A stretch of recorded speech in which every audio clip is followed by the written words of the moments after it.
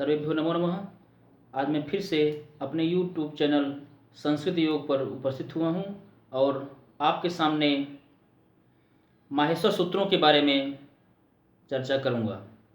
इसके पहले हम लोग वर्ण के बारे में समझ चुके हैं, जान चुके हैं। वर्ण क्या होते हैं, अक्षर क्या होते हैं, ध्वनियाँ क्या होती हैं।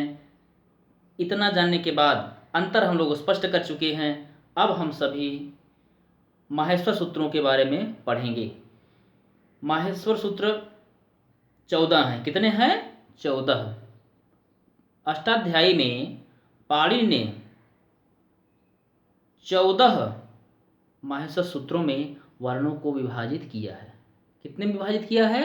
14 सूत्रों में वर्णों को पाणिनि ने विभाजित किया है। अब ये जो 14 सूत्र हैं आए कहाँ से, कैसे निकले? इसके लिए कहा जाता है कि भगवान शंकर जब नृत्य में इतने ज़्यादा मत्त हो गए थे, उसके अंतिम समय में 14 बार डमरू बजाए। आवाज़, डमरू की आवाज़ 14 बार बजाए, जिससे उन 14 बार ध्वनियों से, उनके डमरू से जो ध्वनि निकली वे 14 माहेश्वर सूत्र कहलाए। वही 14 जो माहेश्वर सूत्र हैं उन्हीं को हम वर्णों के रूप में संस्कृत व्याकरण में मानते हैं। ठीक, आइए हम सब देखते हैं वे 14 जो सूत्र हैं कौन कौन से हैं। आ ई उड़,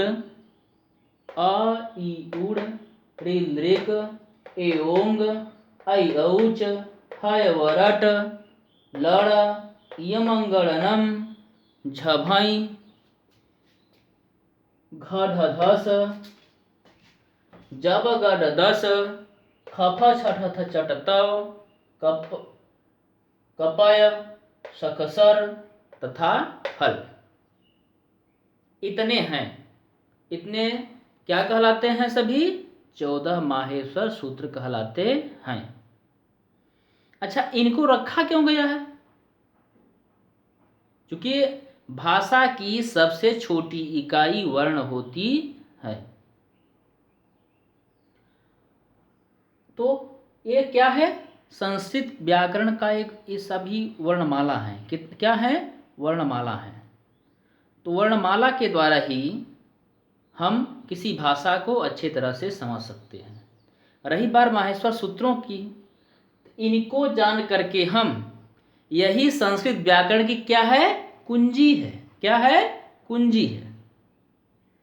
जो विद्यार्थी, जो प्रतियोगी परीक्षार्थी यदि माहेश्वर सूत्रों को अच्छे तरीके से, अच्छे ढंग से याद कर लेते हैं तो उनके लिए संस्कृत व्याकरण बहुत ही सरल हो जाता है। इन्हीं माहेश्वर सूत्रों पर संधि हो, समास हो, संज्ञा हो, प्रथम प्रत्याहार, स्वर और व्यंजन, सभी का आप निर्धारण इसी के द्वारा करेंगे। ठीक, तो यहाँ पर हम सब देख रहे हैं, जैसे आयुड़ में र है, इसमें हलंत है। क्या है? हलंत है। जब हम यहाँ लिखे हैं अ ई उ ही लिख दिए हैं, अड़ा को हटा दिए। जी हाँ, इसलिए जो आई उड़ में जो ड़ है वह केवल अ से लेकर के अड़ा के बीच में जितने वर्ण हैं उनके बीच में बताने के लिए आता है। अर्थात इसको हम जब गिनती करते हैं इसको नहीं स्वीकार करते हैं। ये केवल हमारे सुविधा के लिए यहाँ लगा रहता है कि जिससे पता चले कि अ से लेकर के ड़ तक हमको पढ़ना है। अ से ड़ के बीच में कौन कौन वर्ण आ गए? अ ई उ। इसी प्रकार से सभी वर्णों में, सभी माहेश्वर सूत्रों में कहा गया है। जैसे रि लृ क, रि लृ में क्या है? रि और लृ को ले लिया गया है और क को छोड़ दिया गया है। ठीक, तस्य लोपः सूत्र आता है, कहा उसका लोप हो जाएगा। किसका? कहा अदर्शनम लोपः। जिसकी अदर्शन संज्ञा हो जाती है उसका क्या हो जाएगा? लोप हो जाएगा। तो इसका अदर्शन हो जाता है। क्या हो जाता है? अदर्शन। न दिखाई देना है लेकिन हम देख नहीं रहे हैं, ठीक, उसका क्या हो जाता है? लोप हो जाता है। ए ओंग अयौच हायवरट लड़ यमंगलनम झभई घड़ धस जब गड दस खपा छठ चट तव कपाय सखसर हल। इतने जो 14 माहेश्वर सूत्र हैं, इन सभी के अंतिम में जो हल वर्ण है इसकी गणना नहीं की जाती है। यह केवल प्रत्याहार निर्माण में हमारा सहयोग करता है। ठीक, अगले वीडियो में हम लोग क्या बात करेंगे? प्रत्याहार के बारे में।